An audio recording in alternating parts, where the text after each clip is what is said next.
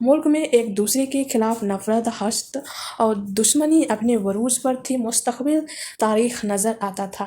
یہ وہی دور تھا جب اردو کے بعض اہم شعراء اور ادبا بھی انگریزی اقتدار کے خلاف علم بغاوت بلند کر رہے تھے۔ مثلاً اکبر الہ آبادی، علامہ اقبال، جوش ملی آبادی، حضرت موہانی، مہاراجا کرشن پرساد، مولانا ظفر علی خان، منشی پریم چند، آغا حشر کاشمیری، شی ماب اکبر آبادی، برج نارائن چکبش، مولانا ابو کلام آزاد، عبدالماجد دریابادی، جگر مراد آبادی، فیض احمد فیض، فانی بدیونی، مخدوم اور مجروح وغیرہ۔ فراغ ان خوش قسمت شاعروں اور ادیبوں میں تھے جنہیں آزاد ہندوستان نہ صرف دیکھنے کو ملا بلکہ اس کی برکتوں سے بھی مستفید ہوئے۔ شاعر ہونے کی حیثیت سے انہوں نے پورے ملک کے چپے چپے میں مشاعروں میں شرکت کی اور اردو زبان و ادب کو فائدہ پہنچایا۔ مشاعرے اس دور میں کافی حد تک معیاری ہوئے تھے۔ لوگ اچھے اشعار کے داد دیتے تھے۔ یہ ایک پلیٹ فارم تھا جہاں ملکی سیاست، سماجی زندگی اور معاشرت میں خرابیوں اور کمیوں کی طرف خوب اشارے ہوتے تھے۔ اس طرح اصلاح اور ترقی کے لیے دروازہ کھولنے کی کوشش کی جاتی تھی۔ فراغ گورکھپوری مشاعرے کے بہت مشہور شاعر تھے، بلکہ ان کے بغیر کسی مشاعرے کا تصور ہی نہیں کیا جا سکتا تھا۔ ان کی طبیعت میں اعلیٰ درجے کا حسن مزاج تھا، جس کا اظہار اکثر مشاعرے میں بھی ہوتا تھا، جس کی انہیں بہت داد ملتی تھی، ہے نا۔ یہ ہو گیا سیاسی سماجی زندگی۔ اس کے بعد آ جائے گا شاعری کا ارتقا، ہے نا۔ فراغ گورکھپوری شاعری کا ارتقا کب کیا اس کے بارے میں۔ فراغ جدید دور کے بے حد ممتاز شاعر ہیں جنہوں نے گرچہ غزل سے شاعری کی ابتدا کی اور اپنی غزلوں کے سبب ہی مقبولیت اور شہرت کی بلندی تک پہنچے، لیکن انہوں نے نظمیں بھی لکھے اور رباعیات بھی کہے جن کی ادب کی تاریخ میں بڑی اہمیت ہے۔ فراغ نے جس ادبی ماحول میں آنکھ کھولی تھی وہ فضا حسرت، اشغال اور جگر کی نغموں سے گونج رہی تھی۔